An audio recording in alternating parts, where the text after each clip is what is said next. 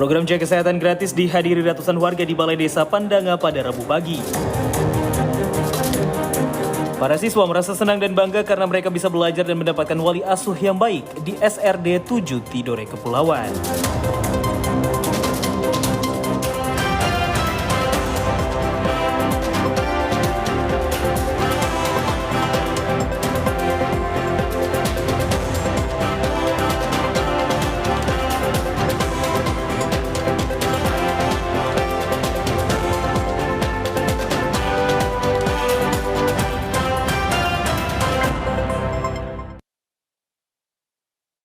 Salam jumpa pemirsa, program Maluku Utara hari ini kembali hadir menjumpai Anda dalam edisi Kamis 13 November 2025 bersama saya Leonar Patipelohi. Dan selama 30 menit ke depan kami akan menemani Anda memberikan informasi teraktual dan terkini. Pemirsa, kita ikuti berita selengkapnya.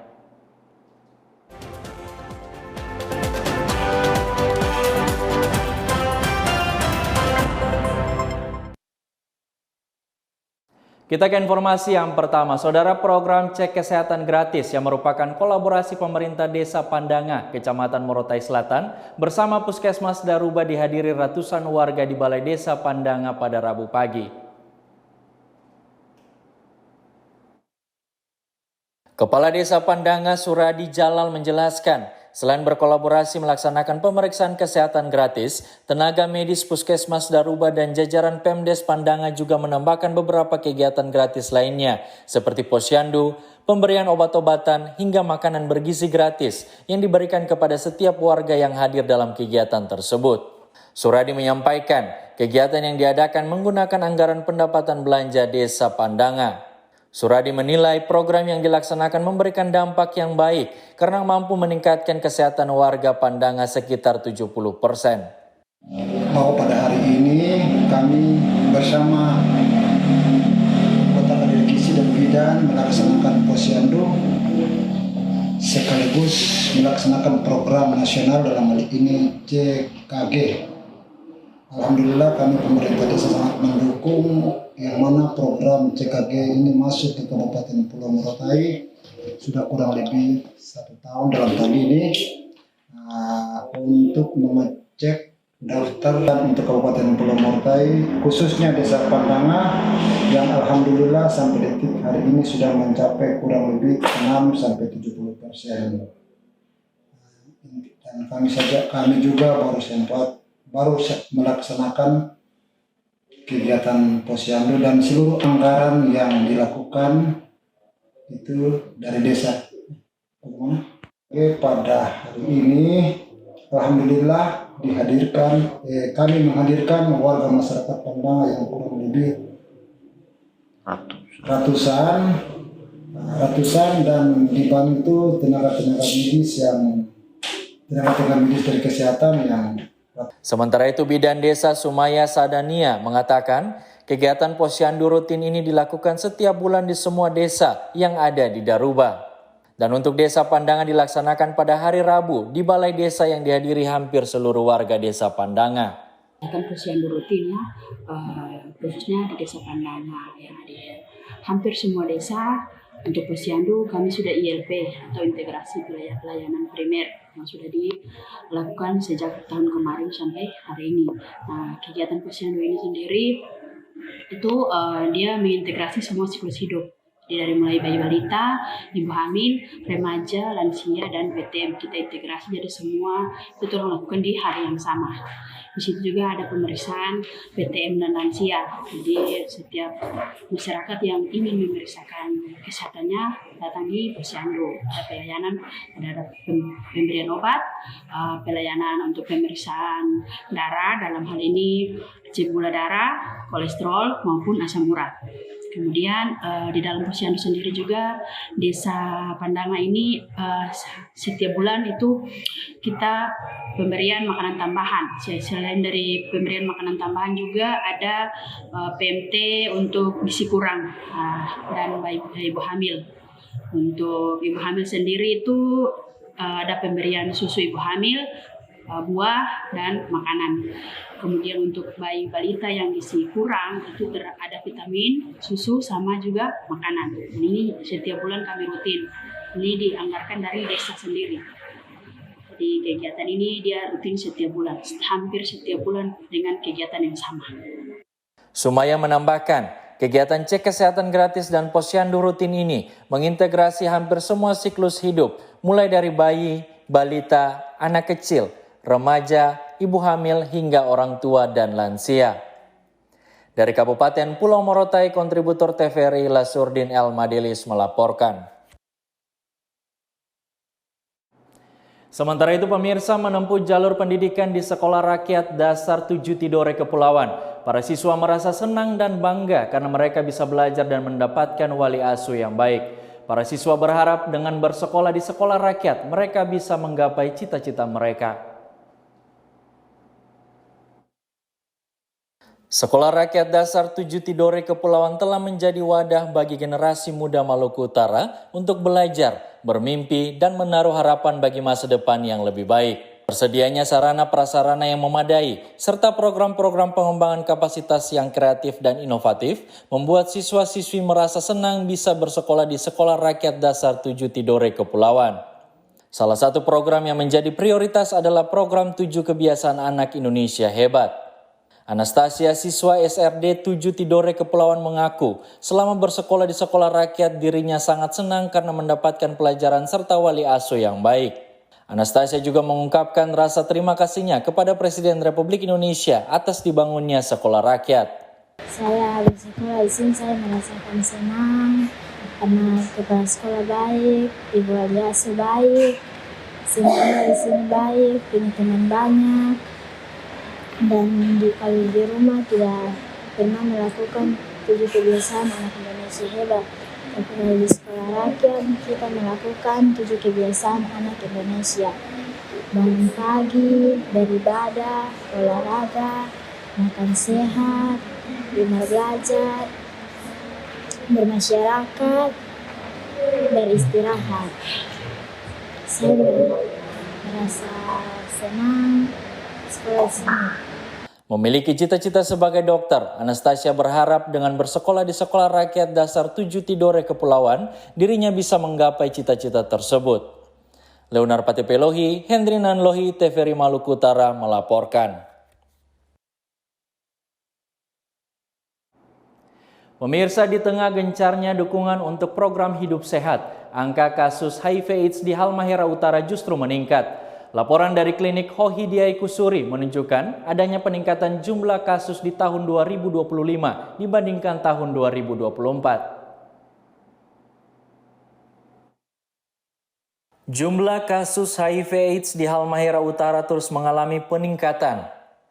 Penanggung jawab klinik Hohidiai Kusuri mengungkapkan bahwa jumlah kasus HIV/AIDS di Halmahera Utara di tahun 2025 meningkat dibandingkan tahun 2024.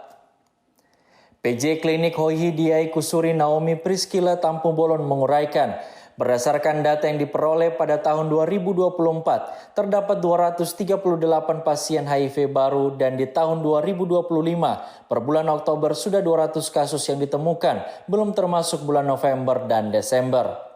Berdasarkan hal tersebut, diperkirakan terjadi peningkatan dari tahun sebelumnya.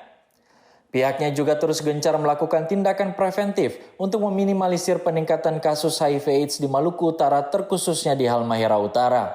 Untuk dari Hohidiai sendiri, mereka sementara melakukan program penjaringan untuk HIV dengan program ILKGB. Itu ada program yang dilakukan oleh Hohidiai bekerja sama dengan pemerintah daerah. Itu mereka melakukan kerjasama dengan berbagai lintas sektor di Pemda supaya semuanya saling bahu-membahu begitu untuk melakukan eliminasi. Jadi bukan hanya di kesehatan tapi di semua OPD yang lain juga mereka melakukan kerjasama begitu supaya lebih luas penjangkauannya. PJ Klinik Hohidiai Kusuri juga mengimbau kepada masyarakat agar dapat melakukan perilaku hidup yang sehat, setia kepada pasangan serta jauhi pergaulan bebas. Tim Liputan TVRI Maluku Utara melaporkan. Pemirsa, program Maluku Utara hari ini akan hadir sesaat lagi. Tetaplah bersama kami.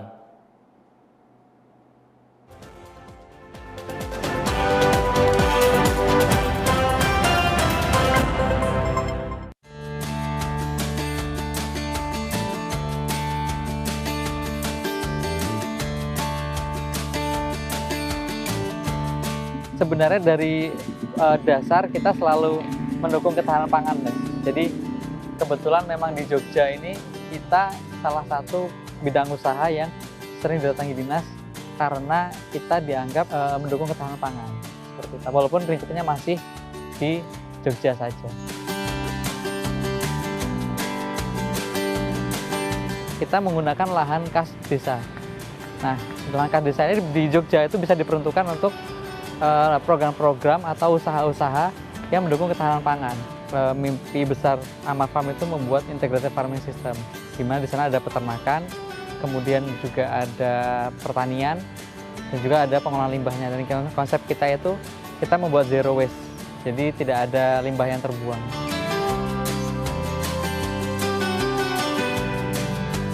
Indonesia memiliki banyak sekali potensi besar di dunia pertanian ya, karena secara daerah tempat kita termasuk tempat yang subur, banyak kawasan-kawasan hijau di mana kita tidak bergantung pada musim. Jadi di musim apapun selama sepanjang tahun kita bisa tanam. Ayo, dukung ketahanan pangan. Petani cerdas, rakyat sejahtera.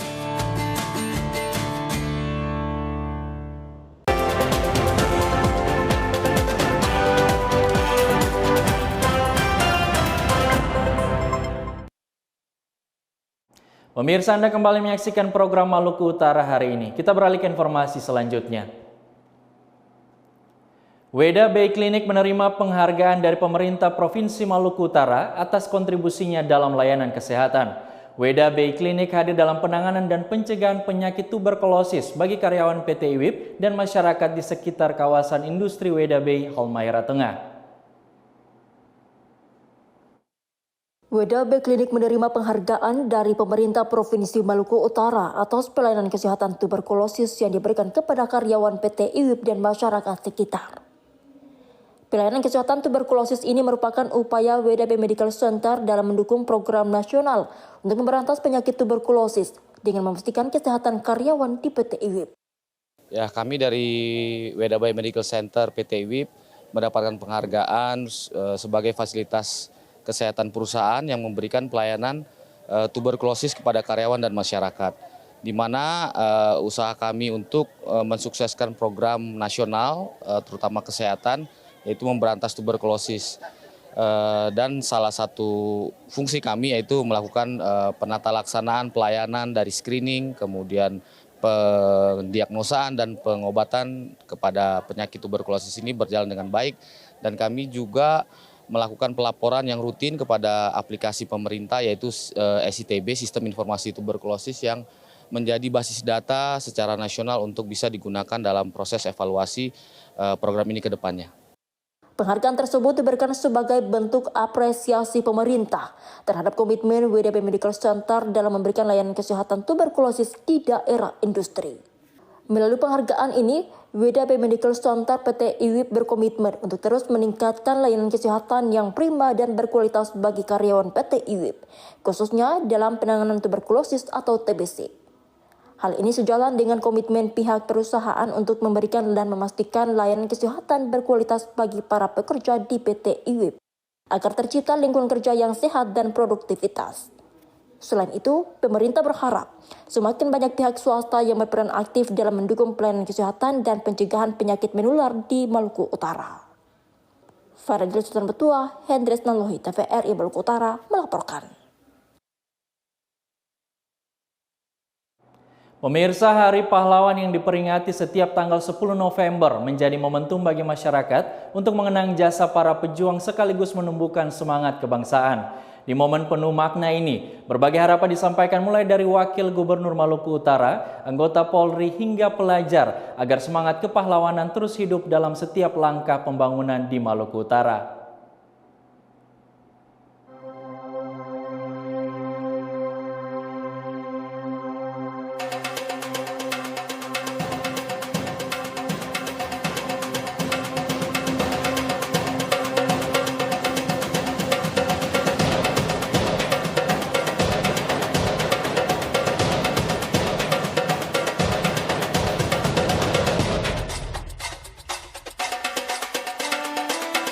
Maluku Utara sudah beberapa pahlawan nasional. Tentu jiwa semangat pahlawan ini harus terus dikobarkan dalam pelaksanaan tugas, terutama ASN maupun TNI dan seluruh jajaran. Saya kira ini semangat pahlawan harus terus dimeriahkan dalam pelaksanaan.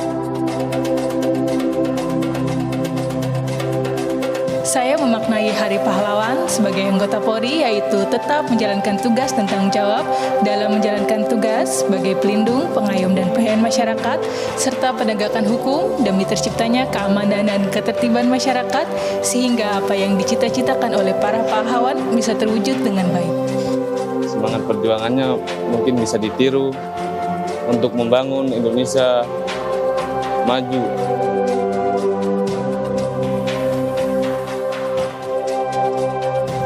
Harapannya semoga anak muda terus mengembangkan, terus berinovasi, punya moral obligasi terhadap rasa nasionalisme agar persatuan kita tetap terjaga. Ya, semoga anak muda tetap belajar dan mengenang para pahlawan juga.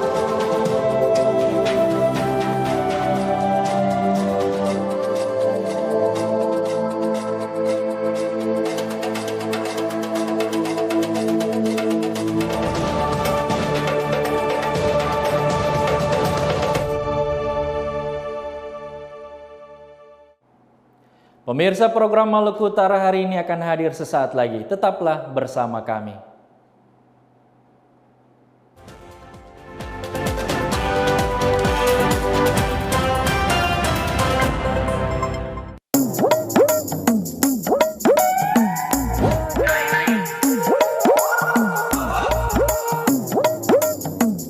Ayo, stop Bu.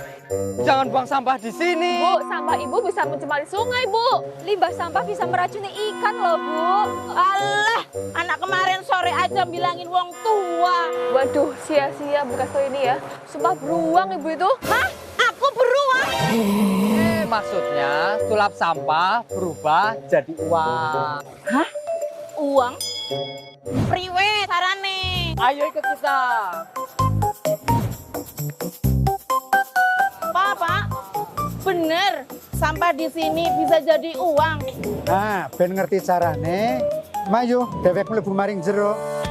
Sejalan dengan Peraturan Presiden Nomor 12 Tahun 2025 tentang Rencana Pembangunan Jangka Menengah Nasional, pengolahan sampah di Banyumas dilakukan dari hulu ke hilir dengan melibatkan masyarakat dan pemerintah. Sampah akan diolah di tempat pengolahan sampah terpadu.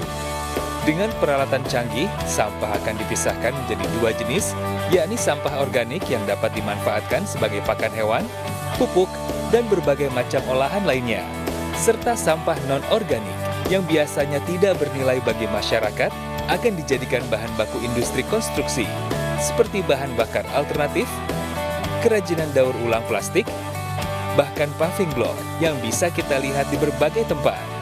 Nah, itu yang dinamakan sumpah beruang. Sulap sampah berubah menjadi uang. Oke Pak, sekarang saya nggak bakal buang sampah sembarangan lagi Pak. Ayo bersama-sama selamatkan alam dari limbah sampah. Kelola sampah dengan bijak.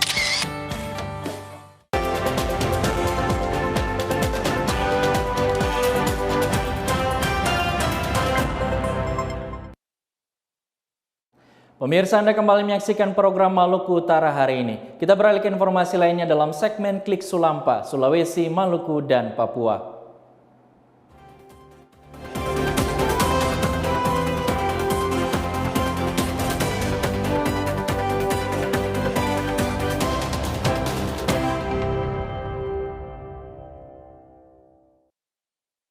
Dari Maluku, pemirsa, seorang driver asal Dusun Reset Leman, Pulau Osi, Kabupaten Seram bagian Barat, harus menempuh medan yang sulit untuk menyuplai makanan bergizi gratis bagi ratusan siswa sekolah dasar negeri yang ada di Dusun Pulau Osi, Negeri Eti, Kecamatan Seram Barat. Namun dia tetap semangat untuk mendistribusikan MBG tersebut.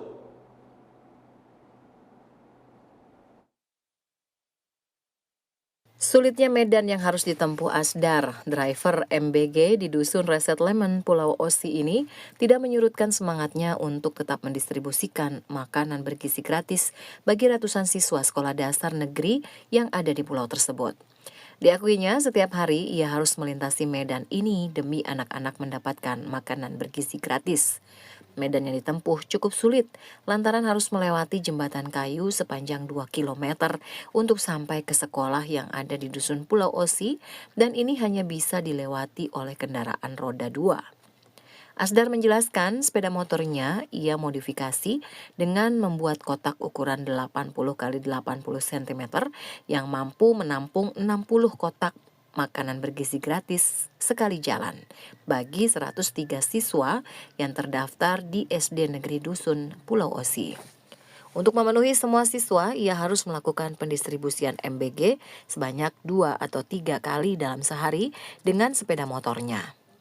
Kita sangat senang sekali dengan program ini, dengan kerja di sini. Nah, itu bisa menghidupkan keluarga kita, kemudian dengan masyarakat. Di jarak yang panjang itu di Pulau Osi, karena di situ ada melalui jembatan.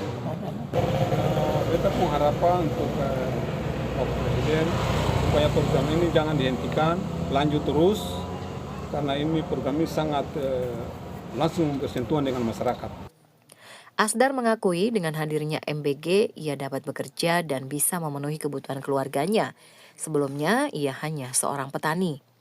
Kesulitan membawa MBG dengan akses jembatan yang kurang memadai dan ia harus menjaga kualitas makanan untuk sampai ke lokasi. Butuh tenaga yang ekstra hati-hati sehingga makanan tidak rusak atau terjatuh. Ia berharap kepada Pak Presiden Prabowo untuk terus menjalankan MBG karena cukup membantu siswa mendapatkan makan bergizi gratis.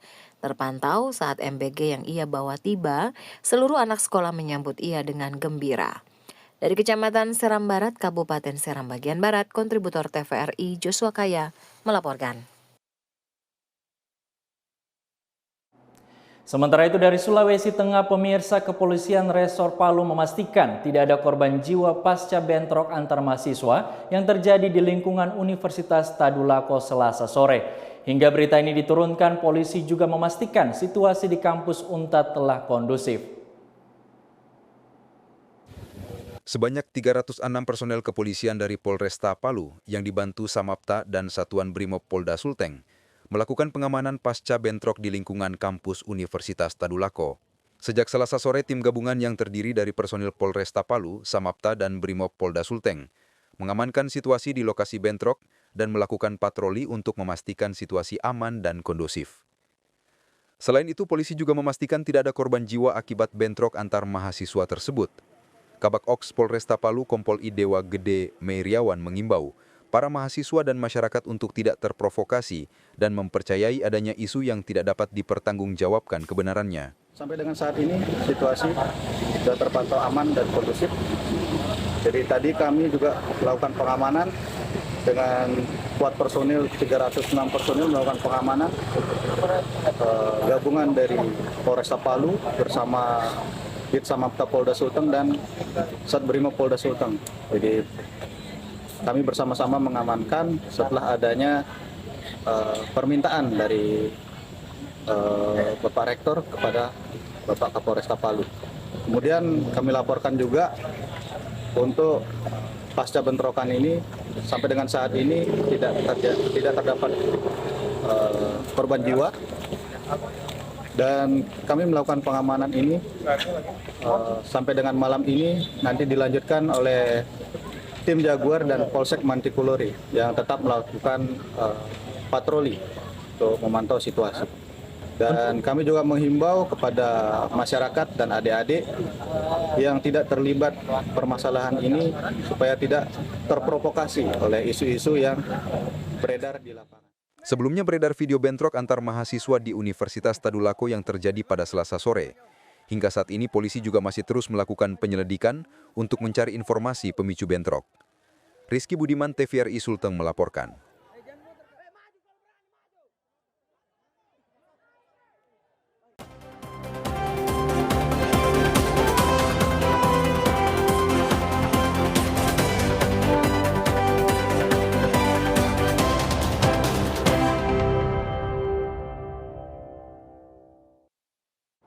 Pemirsa, demikianlah beragam informasi dari segmen Klik Sulampa. Selanjutnya kami mengajak Anda untuk mengikuti informasi tentang perakiraan cuaca Maluku Utara yang berlaku besok hari Jumat 14 November 2025. Data perakiraan cuaca ini kami peroleh dari Badan Meteorologi, Klimatologi, dan Geofisika.